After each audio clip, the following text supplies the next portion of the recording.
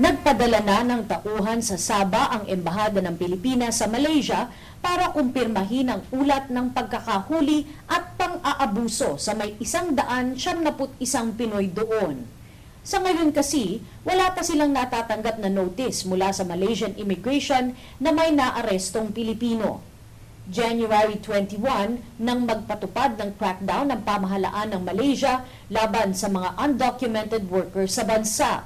We'll definitely bring this to the attention of Malaysian authorities, and we will complain as necessary.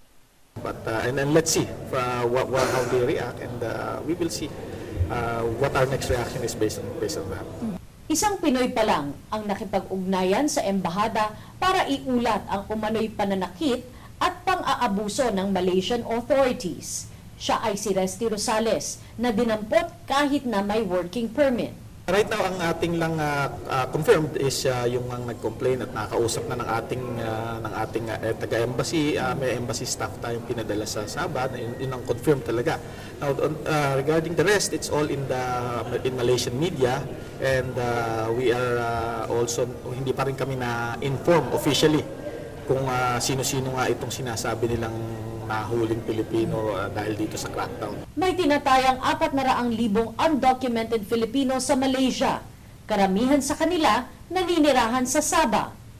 May naghihintay na parusang 2 hanggang 6 na buwang pagkakakulong at deportation sa sinumang mahuhuling iligal na naninirahan at nagtatrabaho dito.